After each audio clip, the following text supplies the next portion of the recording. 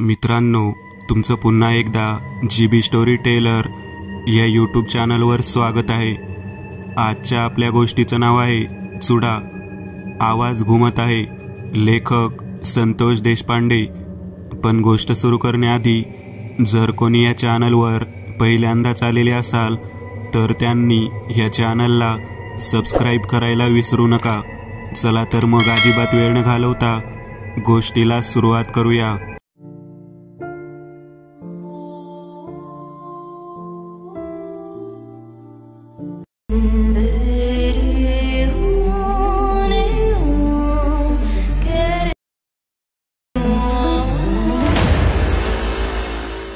सोन्याच्या बांगड्या एका पितळेच्या डब्यामध्ये भरून मी वरच्या दिशेने निघालेले होते। काही अंतर चालून गेल्यानंतर जवळजवळ 15 पायऱ्याचा एक लाकडी जिना लागलेला होता। तो 3रा मजला होता। 3ऱ्या मजल्यावरच्या कोपऱ्यातल्या भागात एकच खोली होती। ती सवळ्याबाईची खोली म्हणून प्रसिद्ध होती। मी त्या ठिकाणी पितळेचा तो डब्बा त्या खोलीच्या बाहेर ठेवून लगेच परत येणार होतो। आज आयुष्यात अशी वेळ आलेली होती ती स्वतःचं सोनं देऊन स्वतःचा जीव वाचवायचा होता, कारण चूकच तेवढी भयानक पद्धतीची घडली होती। मी तो डब्बा ठेवला आणि खालच्या दिशेने लगेचच उतरत आले। इतक्या वेगात आले की एकदम तळमजल्यावरती आल्यावरती मी मागे वळून सुद्धा पाहिले नाही आणि समोर सासूबाई उभ्या राहिलेल्या। सासूबाई मला म्हणाल्या, आता काही त्रास होणार नाही बघ। तेव्हा मी म्हणाले, दरवाजा बंदच होता, कोणीही दरवाजा उघडला नाही आणि तो डब्बा पण पाहिला नाही। तेव्हा सासूबाई म्हणाल्या, काही वेळातच कळेल की त्या सोन्याच्या बांगड्या प्राप्त करून सवळ्याबाई शांत होतात का नाही ते। सासूबाईकडे पाहत मी म्हणाले, आपल्या नवऱ्याच्या मृत्यूनंतर आपण सर्व सौभाग्य अलंकार, सर्व सौभाग्याचं लेणं यांचा त्याग करतो ना, मग त्या सवळ्याबाईंना या गोष्टीची जाणीव नव्हती का। तेव्हा सासूबाई म्हणाल्या, लक्षात ठेव, तुझ्या आयुष्यात तुझ्या आईने वडिलांनी तीळ कमावून तयार केलेलं जे काही सोनं असेल, जे सोनं तुझ्यासाठी तुझ्या लग्नामध्ये दिलेलं असेल, त्याची किंमत तुझ्या आयुष्यात किती असेल सांग बरं सुजाता। तेव्हा मी सासूबाईंना पाहत म्हणाले, ते मला माझ्या जीवापेक्षा प्रिय असेल, कारण ते माझ्या आईने आणि वडिलांनी तीळ आणि कणकण एकवटून मला घातलेला माझा माहेरचा सौभाग्य अलंकार असणार आहे। तेव्हा सासूबाई म्हणाल्या, बघ, तुझ्या तोंडूनच उत्तर आलं की ते तुझ्यासाठी जीवापेक्षा महत्त्वाचं असणार आहे। किती प्रेम आहे तुझं तुझ्या आईवडिलांच्या दागिन्यावरती। मग मला सांग, एखाद्या स्त्रीला जेव्हा वैधव्य प्राप्त होईल तेव्हा ते टाकून देईल का। तेव्हा मी मान खाली घालत नकारार्थी मान हलवली। सासूबाई म्हणाल्या, तुला कळालं का तू कोणती चूक केली आहे ते। मी म्हणाले, हो, मला पूर्णतः कळालेलं आहे। सासूबाई म्हणाल्या, लक्षात घे, आपली गोष्ट जी नाही ती आपली नाही आणि जी गोष्ट आपली आहे ती आपलीच आहे। आपल्याच गोष्टीवरती अधिकार आपण सांगत असतो आणि आपली जी गोष्ट नाही त्या गोष्टीला आपण कधी आपलं म्हणून सांगायचं नसतं। माझ्या वडिलांनी मला लहानपणी सांगितलं होतं, मनीषा, तू एक गोष्ट कायमस्वरूपी लक्षात ठेव, जे तुझं आहे ते तुझंच आहे आणि जर एखादी गोष्ट तुला प्राप्त झाली, सापडली, तर ती तुझी नाही। रस्त्यावर पडलेलं सोनं सुद्धा कधी घ्यायचं नाही, कारण ते आपलं नाही। त्याच्यामध्ये कोणत्या स्त्रीचा, पुरुषाचा तळतळाट आहे, जो हरवल्यानंतर ती देत असते। लक्षात ठेव, तळमळताना प्राप्त केलेली कोणतीही गोष्ट आपल्याला आयुष्यभर समाधान अथवा सुख देत नाही, असं माझ्या वडिलांनी माझ्या भावंडासकट सगळ्यांना समजावून सांगितलं होतं।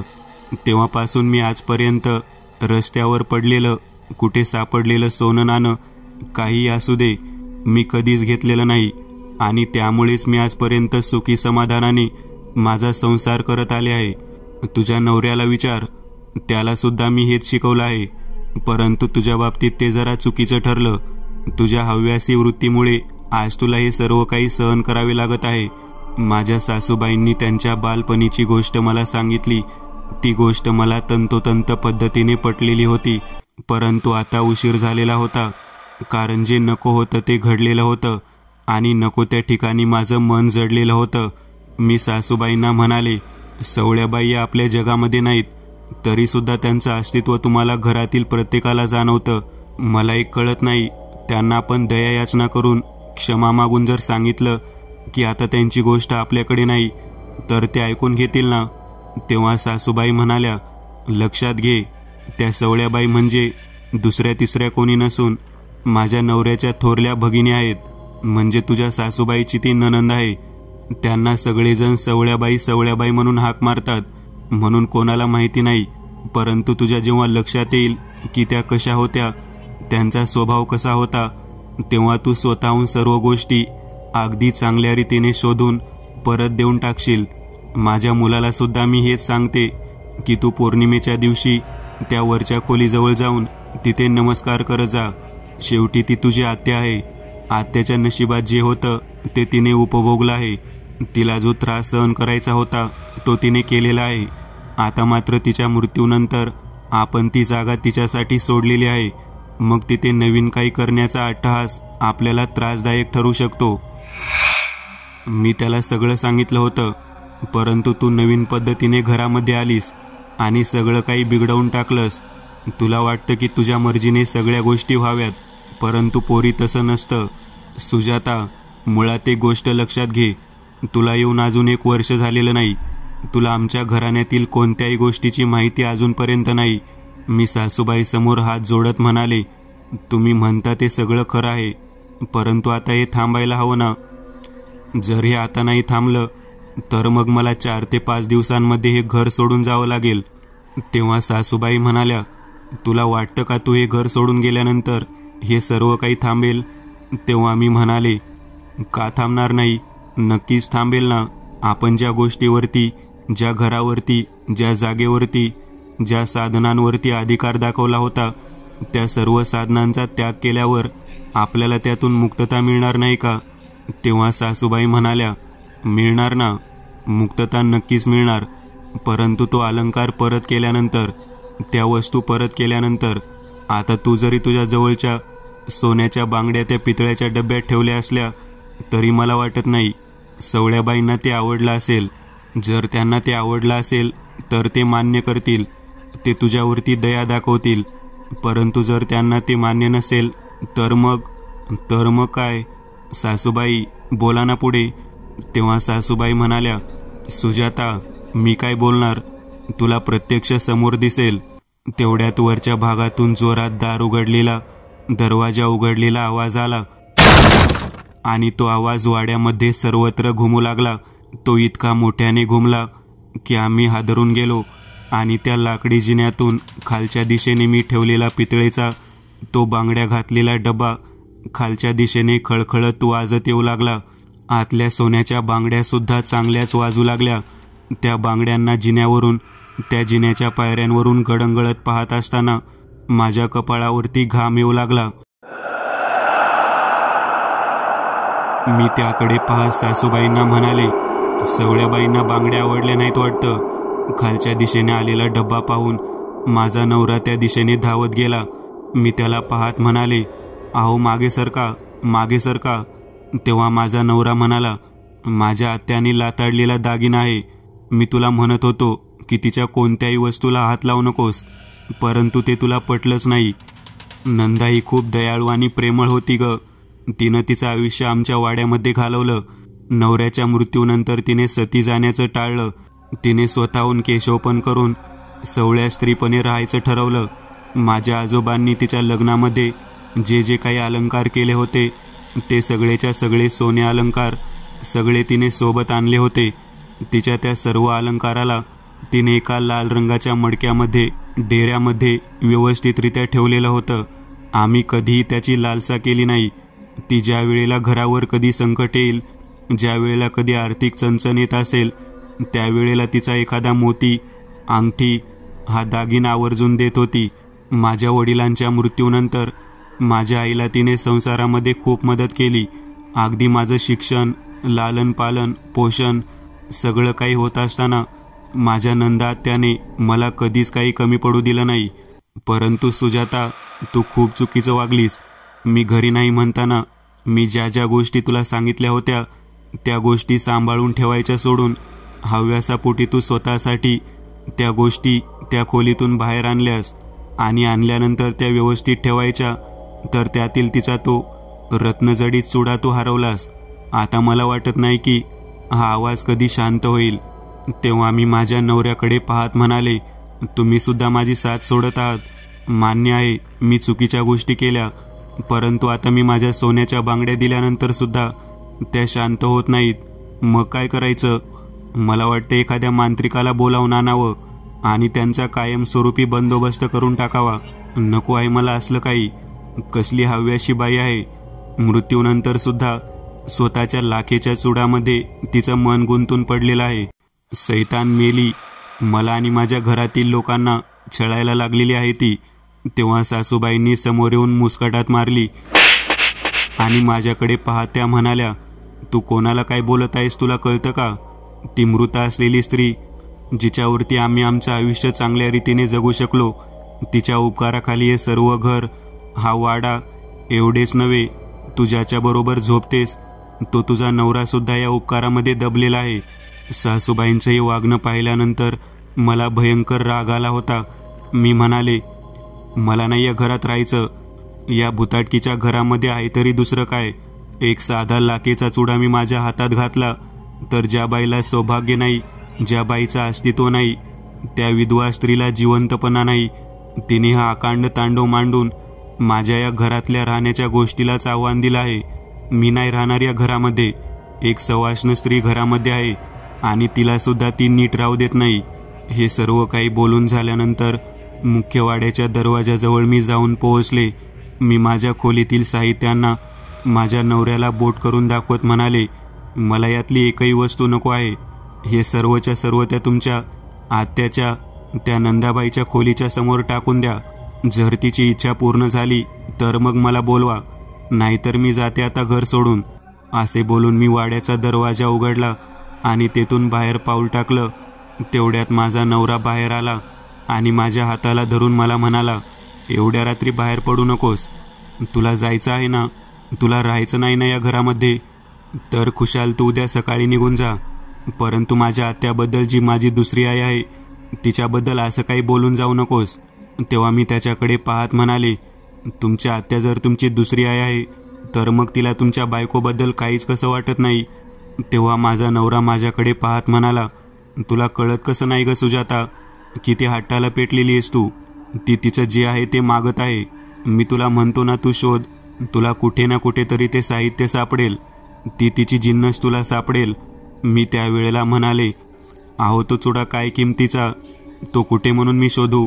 मी घातला, कार्यक्रमाला गेले आणि त्याच रात्री मी परत येताना टांग्यामध्ये बसलेल्या असताना खाली पडला. तो कुठे तुटला, मोडला आणि पडला, काहीच माहिती नाही. हां, मी मान्य करते, तो लाखेचा चुडा जरी असला तरी त्याच्यावरती छोटे छोटे पाचूचे रत्न होते. मी ते पाहिले होते. तो मौल्यवान होता हे सुद्धा मला माहिती आहे. परंतु आता मी कुठून देणार तो? अगदी जशाच्या तसा मी त्याच्यापेक्षा कितीतरी मौल्यवान असणाऱ्या माझ्या सोन्याच्या बांगड्या तिथे ठेवल्या, तरीसुद्धा त्यांना त्या नको आहेत. किती मोठ्याने आवाज करून घरामध्ये भीतीचं वातावरण निर्माण केलं आहे. मला वाटतं की आपण दोघे जण इथे राहायला नको. आईंना जर राहायचं असेल तर त्यांना खुशाल राहू दे, मला काहीच अडचण नाही. तेव्हा नवरा माझ्याकडे पाहत म्हणाला, आजची रात्र इथे राहा, उद्या बघू काय करायचं ते. सासूबाई दारामध्ये आलेल्या होत्या. माझ्याकडे पाहत म्हणाल्या, घरातल्या सवाष्णबाईंनी, लक्ष्मीने या पद्धतीने घर सोडून जाणे योग्य नव्हे. लक्षात घे, तिची वस्तू तिला शोधून द्यायलाच हवी. जर आपण ती शोधून दिली तरच ती शांत होईल. तू समजूतदारपणे सर्व गोष्टी समजून घे ना. तेव्हा मी म्हणाले, अजून काय करायला हवं? सगळं सोनं नाणं जे काय हवं आहे ते सगळं द्यायला तयार आहे, तरीसुद्धा त्या शांत व्हायला तयार नाहीत. आता मी काय करू? माझा जीव देऊ का? तेव्हा माझा नवरा माझ्याकडे पाहत म्हणाला, काही काय बोलतेस? तुला कळतं का? आजची रात्र फक्त इथे थांब. आपण दोघे जण उद्याच्याला हे घर सोडून निघून जाऊ. आईला राहायचं असेल तर राहू दे. तुझं जर जीव देणं महत्त्वाचं असेल तर ते मला नको आहे. तू शांत राहा. मी माझ्या नवऱ्यासोबत तळमजल्यावरल्या माझ्या खोलीमध्ये जाऊन पलंगावरती बसले. 1:30 वाजून गेला होता. नवरा माझ्याजवळ आला आणि माझी समजूत घालत मला म्हणाला, सुजाता, आजची रात्र एवढी संपल्यानंतर उद्या आपण काही ना काहीतरी उपाय जरूर करू. तेवढ्यात दरवाजा वाजला. दरवाजा वाजत होता. मी म्हणाले, बापरे, हा तर वरचा 3ऱ्या मजल्यावरचा दरवाजा वाजत आहे. मला वाटतं त्या बाहेर आले का काय. तेवढ्यात माझ्या सासूबाई आमच्या दारावरती थाप मारू लागल्या. उघड दरवाजा, उघड सुजाता, दरवाजा उघड. मग मी दरवाजा उघडला. सासूबाई म्हणाल्या, पोरी, तुला आताच्या आता वाडा खाली करून जावं लागेल बघ. सवळ्याबाई चिडलेल्या दिसतात. आपली खूप मोठी चूक झाली. तिची वस्तू तिला 24 तासाच्या आत परत करून द्यायला हवी होती.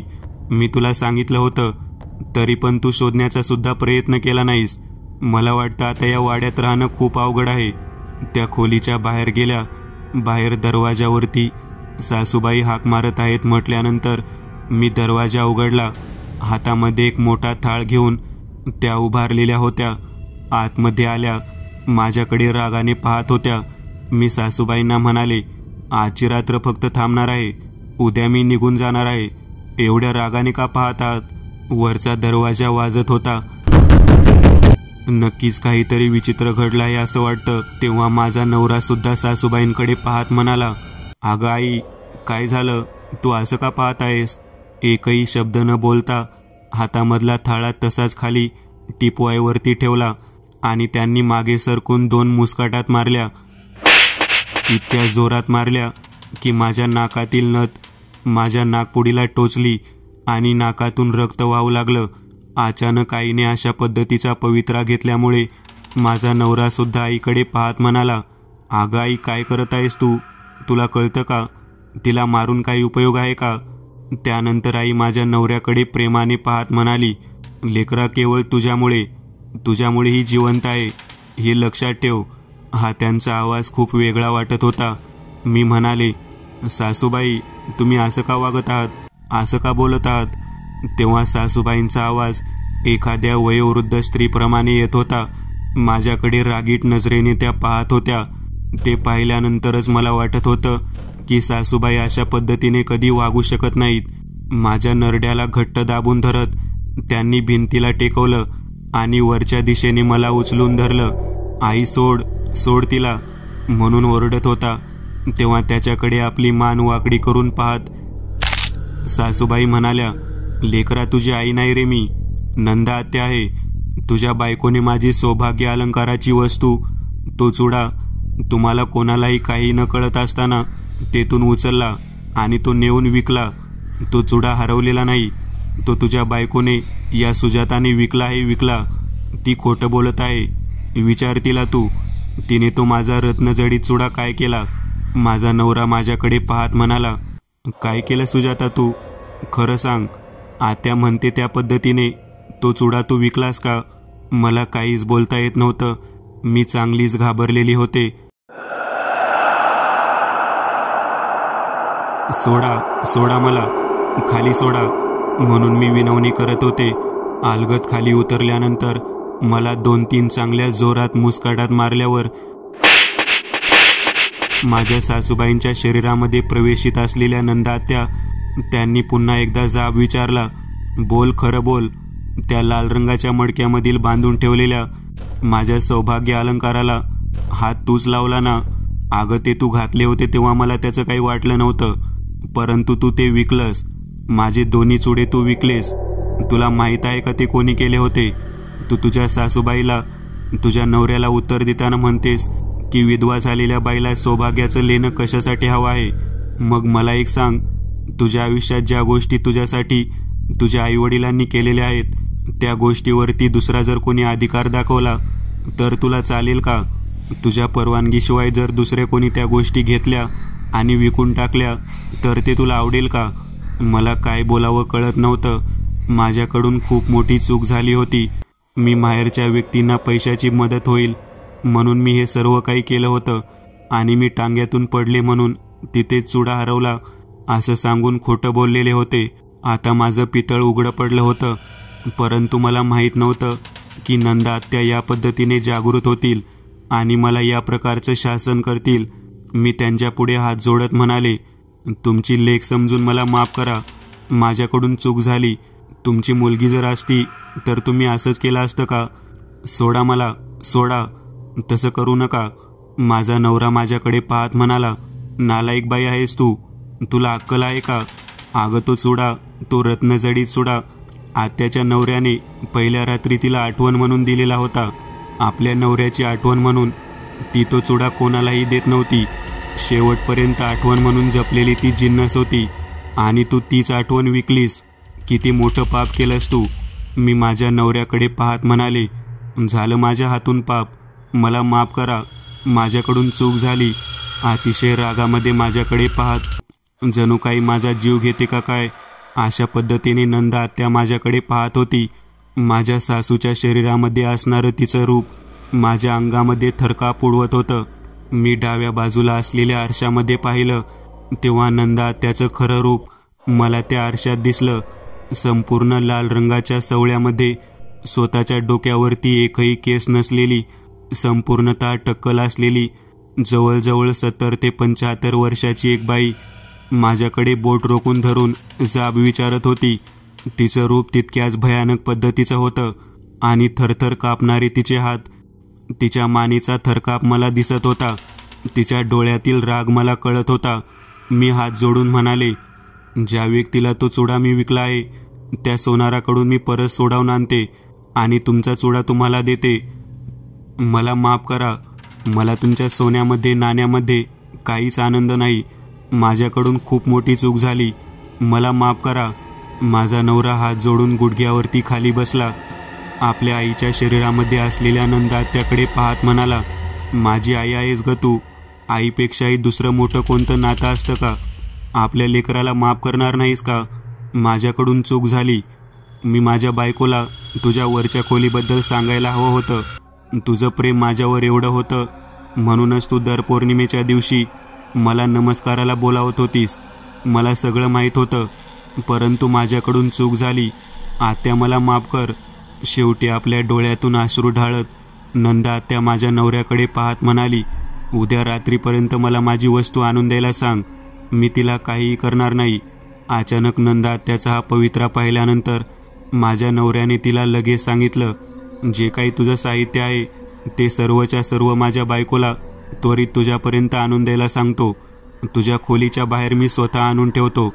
तू काही काळजी करू नकोस. तुझ्या नवऱ्याची आठवण तुला लगेचच प्राप्त होईल. मी माझ्या नवऱ्याकडे पाहत आणि आत्याकडे पाहत हात जोडून बोलू लागले, चूक झाली, माझी चूक झाली. मी पुन्हा कधी अशी वागणार नाही. मी तुमची जिन्नस घेऊन विकली आणि तुमच्याबद्दल मी चुकीचं बोलले. मला माफ करा. मला माहीत नव्हतं की तुम्हाला तो चुडा तुमच्या नवऱ्याने पहिल्या रात्री भेट म्हणून दिलेला आहे. माझ्या हव्याशी स्वभावामुळे ही चूक झाली. मी नाही इथून पुढे कधी अशी चूक करणार. मला माफ करा. हात जोडून मी त्यांच्यासमोर डोके टेकवले आणि अचानक माझ्या सासूबाई धाडकन खाली कोसळल्या. माझ्या नवऱ्याने आई आई म्हणून उचललं आणि पलंगावरती बसवलं, परंतु त्या मूर्छित अवस्थेत होत्या. आता मला काय करावं कळना. मी माझ्या सासूबाईंना वारा घालत होते. माझा नवरा मला म्हणाला, दूर हो माझ्यापासून. केवळ तुझ्यामुळे आज मला हा दिवस पाहायला मिळाला. मी माझ्या नवऱ्याला समजून घालत बोलू लागले, चुकलं हो माझ्याकडून. तेव्हा माझा नवरा म्हणाला, खोटारडी आहेस तू. घरच्या लोकांना जर एवढेच काही द्यायचं होतं तर स्वतःचा दागिना विकून द्यायचं होतं. माझ्या आत्याच्या दागिन्याला का हात लावलास? आता दिवस उजाडल्या तुझे दागिने घेऊन जा आणि त्या सोनाराला दे आणि तो रत्नजडीत नंदा आत्याचा चुडा घेऊन परत ये. आज संध्याकाळपर्यंत तो चुडा तिच्या खोलीमध्ये त्या ठिकाणी आपल्याला पोच करायचा आहे. तुला माहीत आहे ना, जर नाही पोच केला तर काय होईल? हो, मला माहीत आहे. माफ करा मला. मी खूप मोठी चूक केली. आता पुढे कधीच अशी चूक होणार नाही. तुमच्या आईना उठवा ना. तेव्हा तांब्यातलं पाणी सासूबाईंच्या तोंडावरती मी शिंपडलं. सासूबाई शुद्धीवरती आलेल्या होत्या. त्याच वेळेला जिन्यामधून वरती गेलेला आवाज येत होता. पावलांचा आवाज त्या लाकडी पायऱ्यांवरती चांगलाच वाजत होता. माझ्या मनामध्ये धडकी भरली होती. सासूबाईंना उठवलं. घडलेली हकीकत सांगितली. सासूबाई माझ्याकडे पाहत म्हणाल्या, पोरी, हव्यास माणसाला कोणत्या थराला नेऊन सोडतो कळलं का? माझा नवरा माझ्याकडे पाहत म्हणाला, चल, दिवस उजाडल्या आपल्याला त्या ठिकाणी जावे लागेल. आम्ही दोघे जण दिवस उजाडल्यानंतर त्या सोनाराच्या पिढीवरती गेलो. त्याला दिलेल्या त्या चुड्याबद्दल मी बोलू लागले. तेव्हा तो म्हणाला, तो तर फार जुन्या काळातील दागिना होता. मी दुप्पट किमतीने शहरातल्या सोनाराला विकला. एकदा विकलेली जिन्नस मी परत कधी मागणार? तेव्हा मी हात जोडून त्याच्याकडे दयायाचना करू लागले. कोणता सोनार आहे ते तरी सांगा. शेवटी त्या सोनाराने त्याचा पत्ता दिला. मी आणि माझा नवरा दोघेही जण शहरामध्ये जाऊन पोहोचलो. त्या सोनाराकडे दिलेला तो चुडा ताब्यात घेतला आणि परत आलो. सासूबाई नंदा त्याच्या खोलीकडे जाण्याच्या दृष्टिकोनातून मला म्हणत होत्या, नाक घासून माफी माग आणि सर्व साहित्य जे जे काही घेतलं होतं ते परत कर. मी जे जे साहित्य होतं ते सगळं परत करायचं म्हणून जवळ घेतलं. सर्वात वरती तो चुडा होता. लाकडी जिन्यावरून चालत जात असताना पावलांचा आवाज येऊ लागला आणि एक प्रकारचा हसलेला आवाज सुद्धा माझ्या कानावरती पडू लागला. माझा नवरा चांगलाच घाबरलेला होता. तो माझ्या हाताला हात धरत मला म्हणाला, बघ बघ तिला किती आनंद होत आहे. तू चुडा घेऊन आल्यानंतर मला तिचं विकट हास्य सहन होत नव्हतं. मी प्रचंड घाबरलेले होते. आता काय करावे हे मला कळत नव्हतं. मी ते ताट दरवाजासमोर ठेवलं. दरवाजा बंद होता. मी माझ्या नवऱ्याला म्हणाले, आपण आता इथून परत जायचं का? तेवढ्यात तो दरवाजा आतल्या बाजूने वेगात उघडला. समोर बसलेली नंदा त्या माझ्याकडे पाहत होती. तिचं आरशामध्ये पाहिलेलं रूप अजूनच विदारक पद्धतीने मला दिसत होतं. माझ्याकडे पहा, ती मला म्हणाली, स्वार्थी हावरट मुलगी आहेस तू. तुझ्या बापाने तुला एवढं सोनं नाणं घातलं, तुझ्या नवऱ्याने एवढे दागिने केले, तरी एका मृत असलेल्या बाईच्या चुड्यावरती तुझी नजर गेली. चोरटी आहेस तू, चोरटी. तुला माहीत आहे का, तुझ्या या गोष्टीमुळे मला किती त्रास सहन करावा लागला. मला काय उत्तर द्यावं कळत नव्हतं. मी नाक घासून तिच्यासमोर माफी मागू लागले. अखेर माझ्या नवऱ्याने हात जोडल्यानंतर आत्या शांत झाली. माझ्याकडे पाहत म्हणाली, तू जर याची पत्नी जर नसतीस ना, तर आज तुला या ठिकाणी जिवंत सोडलं नसतं. मी प्रचंड घाबरलेले होते. मी चुकलं म्हणत वरच्या दिशेने पाहू लागले. माझा नवरा सुद्धा मान खाली घालून बसलेला होता. तेवढ्यात त्या ठिकाणी त्या खोलीत कोणीच दिसेनासे झाले. आम्ही दोघेही घाबरत तिथून उठलो आणि बाहेर आलो. बाहेर आल्यानंतर खालच्या दिशेने चालत निघालो. माझ्या सासूबाई खालीच उभारलेल्या होत्या. त्यांनी माझी दृष्ट काढली आणि बाहेर तुकडा टाकला. मला म्हणाल्या, पोरी तू आता या वाड्यात राहू नकोस. तुझ्या राहण्याचीही जागा नाही, कारण तुला हा प्रसंग आणि हा चेहरा कायमस्वरूपी सतावणार. मी माझ्या सासूबाईंच्या बोलण्याला दुजोरा देत माझ्या नवऱ्यासह ते घर ते ठिकाण सोडून शहरामध्ये राहण्यासाठी आले. खरंच आयुष्यामध्ये हव्यास माणसाला कोणत्या थराला नेऊन पोहोचवू शकतो हे सांगता येत नाही. माझ्या सासूबाईंनी सांगितलेल्या पद्धतीने जी गोष्ट आपली नाही त्या गोष्टीवरती आपण कधीच हक्क गाजवायचा नाही, आणि जर ती आपली नसली तर ती कधीच घ्यायची नाही. जरी कोणी दिली तरी सुद्धा ती गोष्ट घ्यायची नाही, असं मी ठरवून माझं पुढचं आयुष्य काढू लागले. आजही मला नंदा आत्याचा तो चुडा झोपेमध्ये दिसतो आणि माझी झोप उडवतो. मित्रांनो, आज पुरतं एवढंच. तुम्हाला जर काही गोष्ट आवडली असेल तर नक्की लाईक करा. तुमच्यापैकी बरेचसे जण व्हिडिओ लाईक न करताच पळून जातात, पण हा जर व्हिडिओ तुम्ही लाईक केला तर मला जरा बरं वाटेल आणि असेच भारी व्हिडिओ बनवायची माझ्यात एनर्जी येईल. त्यामुळे नक्की लाईक करा. आणि अजूनही कोणी या चॅनलला सबस्क्राईब केलेलं नसाल तर लगेच सबस्क्राईब करून टाका. आणि बाजूची घंटी ती मात्र दाबायला विसरू नका. देवाची घंटी आहे ती. चला तर मग पुन्हा भेटूया अशीच एक आगळी वेगळी गोष्ट घेऊन पुढच्या